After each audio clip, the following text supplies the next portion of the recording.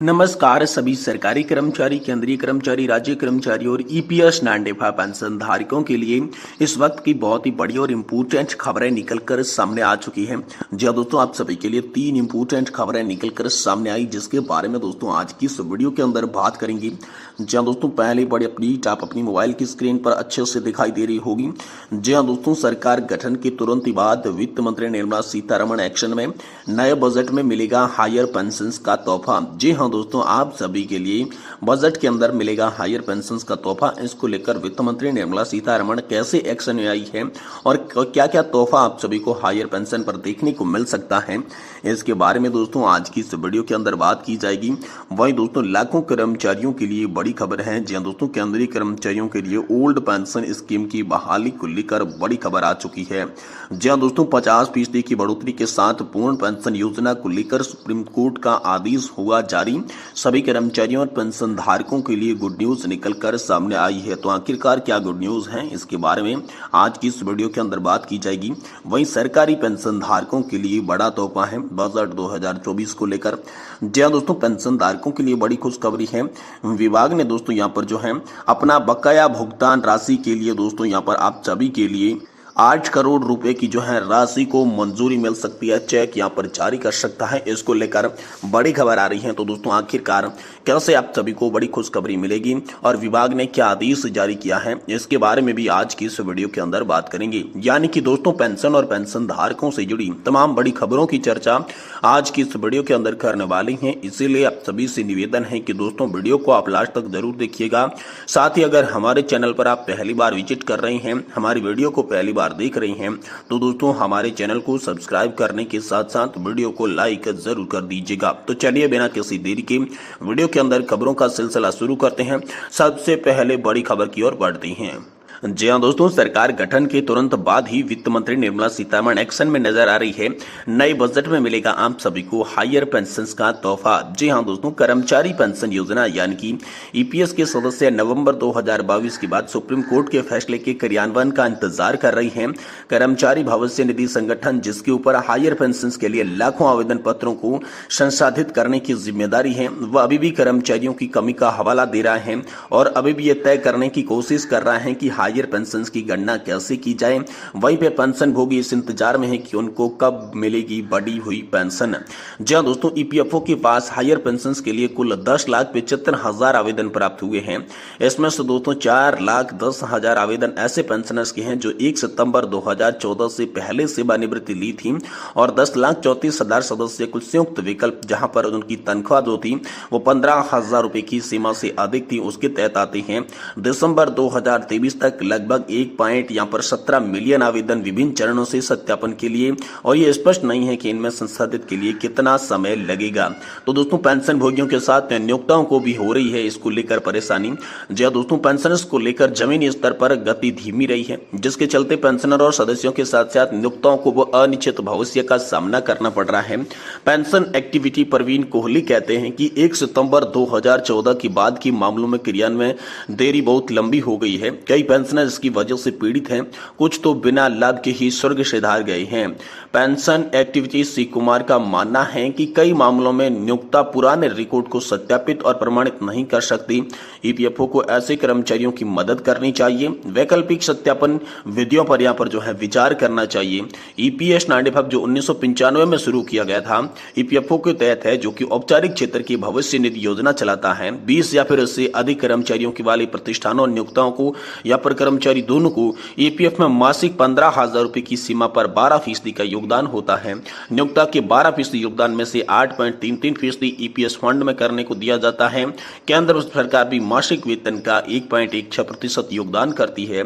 सितंबर 2014 में इस योजना में संशोधन किया गया था ताकि अधिक योजना सुरक्षित की जा सके। संशोधन में मासिक वेतन की सीमा को 6,500 रुपए से बढ़ाकर 15,000 रुपए कर दिया गया था। सदस्यों को अपनी वास्तविक वेतन का 8.33% ईपीएस 95 में योगदान करने की अनुमति दी गई थी और सुप्रीम कोर्ट ने 2022 में संशोधन को बरकरार रखा, जिससे सदस्य उच्च पेंशन का विकल्प चुन सकती थी। ईपीएफओ ने उच्च पेंशन के विकल्प आवेदन प्रक्रिया को समझाने के लिए कई परिपत्र जारी किए और समय सीमा में कई बार बढ़ाया गया।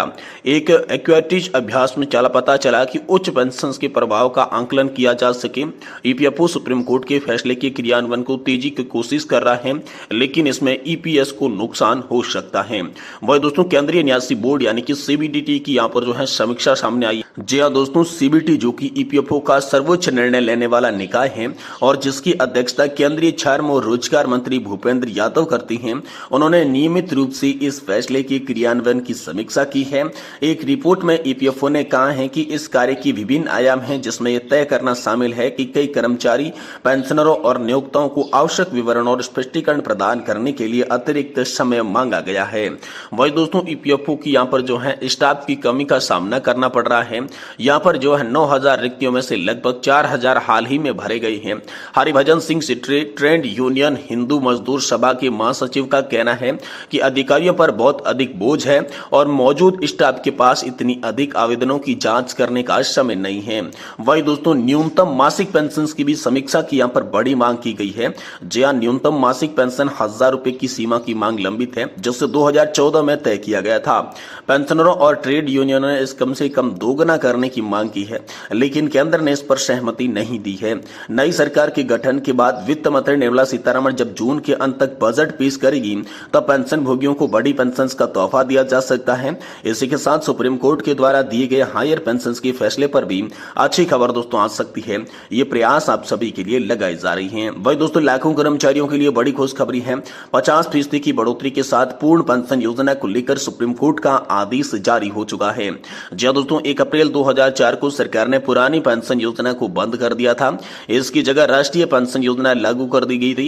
एनपीएस के तहत कर्मचारियों और सरकार दोनों को योगदान करते हैं। तो दोस्तों पुरानी पेंशन योजना के आखिर फायदे की बात करें तो इसके अनुसार कर्मचारियों की सेवानिवृत्ति के बाद उनके वेतन का 50% की राशि बतौर पेंशन मिलती थी। यह रकम उनके परिवार वालों के पास भी थी। इसके अलावा समय समय पर पेंशन की राशि में बढ़ोतरी भी की जाती थी। हाल ही में कई राज्यों ने पुरानी पेंशन योजना को बहाल करने का फैसला किया। महाराष्ट्र सरकार ने अपने कर्मचारियों के लिए इस योजना को फिर से शुरू करने की घोषणा की। पंजाब और छत्तीसगढ़ सरकारों ने भी इस कदम में कदम उठाए हैं। हाल ही में कई राज्यों ने पुरानी पेंशन योजना को बहाल करने का फैसला किया है। महाराष्ट्र ने अपने कर्मचारियों के लिए भी यहाँ पर बड़ी घोषणा कर डाली है। साथ ही दोस्तों सुप्रीम कोर्ट का इसको लेकर बड़ा फैसला आया है। सुप्रीम कोर्ट ने पुराने पेंशन योजना पर ऐतिहासिक फैसला सुनाते हुए कहा कि पेंशन श्रमिकों का अधिकार है। राजनीतिक दलों को इसका इस्तेमाल मतदाताओं पर आंदोलन और विरोध प्रदर्शन के लिए दबाव बनाने के लिए नहीं करना चाहिए। पुरानी पेंशन योजना की बहाली को लेकर कर्मचारी संगठन लगातार विरोध कर रही हैं। उत्तर प्रदेश लोक सेवा शिकायत और निवासी संयुक्त समन्वय समिति 30 अक्टूबर से दिल्ली के चरणबद्ध आंदोलन और 3 दिवसीय विरोध प्रदर्शन की घोषणा की है। पुरानी पेंशन योजना को लेकर सरकार और कर्मचारियों के बीच विवाद चल रहा है। कई राज्यों में इसे दोबारा लागू करने का फैसला किया। हालांकि केंद्र सरकार ने अभी तक इस संबंध में कोई भी निर्णय नहीं दिया है। आगे देखना होगा कि क्या ये आप सभी के लिए लागू होता है या फिर नहीं। वही दोस्तों सरकारी पेंशन धारकों के लिए बड़ी खुशखबरी है। बजट को लेकर बड़ी खुशखबरी आ रही है। डॉक्टर जितेंद्र सिंह जी ने उच्चतम प्राथमिकता के रूप में सरकार द्वारा पेंशन भोगियों की शिकायतों का समाधान करने और जल्द ही जल्द DOPPW की अदालतों का आयोजन करने की बात कही है। यदि आपकी भी कोई शिकायत है तो दोस्तों आप सी पेंशन ग्राम पोर्टल पर शिकायत दर्ज करवा सकते हैं। पेंशन अदालत के माध्यम से आप अपनी समस्या का समाधान करवा सकते हैं। अपना बकाया एरियर जो है वो मंगवा सकते हैं। इसी प्रकार दोस्तों भगवान दास की मृत्यु के बाद उनकी पत्नी श्रीमती अनिता कनिक रानी को CPWD ने पति पारिवारिक पेंशन और सेवानिवृत्ति बकाया के लिए स्वीकृति नहीं दी, जिसके बाद उन्होंने शिकायत की और उन्हें तकरीबन दोस्तों लगभग 22 लाख रुपए का एरियर हाल फिलहाल में मिला है, जो कि 22/2/2024 को ही उन्हें जारी किया था।